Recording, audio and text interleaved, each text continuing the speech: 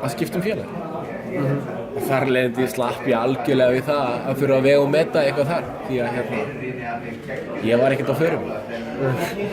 Fylgistu vel með strákunum þínum heima? Já, auðvitað, ég fagna þau vinna og allt það og margir góðir vinir mínir bæði leikmenn og þjálfarnir og bara þykja vænt félagið en þegar Hólminn kominn þá var ég að spila fyrir Hauka og mitt lið og mína vini í Haukum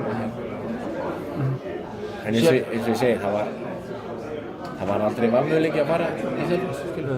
Sjáum við þig sem ólíðdeildar leikmann á næsta ári eða er stefnan tekin út? Vonandi verð ég nógu góður svo að ég ná að koma mér í bara flott félag erlendis og drulli mér til að spila mig inn í landslið og meira en það er erfitt að segja en stefnan er þannig að ég geti staðið mig vel í ár og það vil ég eitthvað flott lið taka við mér. Talandi landsliði, hversu mikilvægt er það fyrir þig bara að fá þar fast sæti?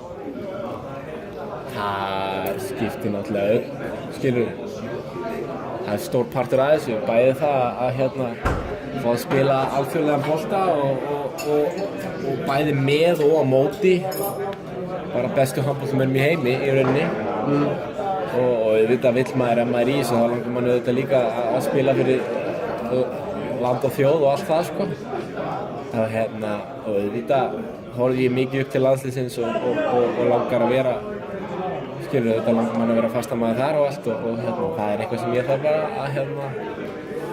að vinna fyrir.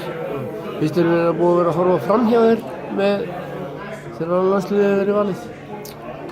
Nei, alls ekki svo sem. Ég var inn í æfingahópnum fyrir Portugalsleikina og líka held ég inn í æfingahópnum fyrir það. Og auðvitað er maður svektur að ég ekki spila mig inn fyrir seinasta landsleiki en ég meina þannig er boltinn og skilur ég að leggja líf mitt og sál í handboltann og væri bara skrítið ef ég væri ekki auðvitað svektur að ná ekki því sem mig langar en á móti kemur ég þarf bara að vinna harðar að mér. Sérðu að þú verður á HM 2017?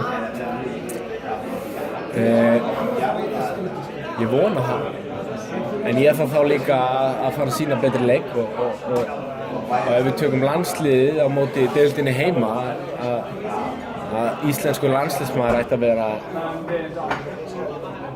góður ef ekki bestur í öllum leikjum heima. Það er ekki nóg ég sé bara bestur í öðrum hverjum leik eða þriðja hverjum leik. Svo það er bara verðugt verkefni sem ég þarf að tækla bæði og mikið líka andlegt.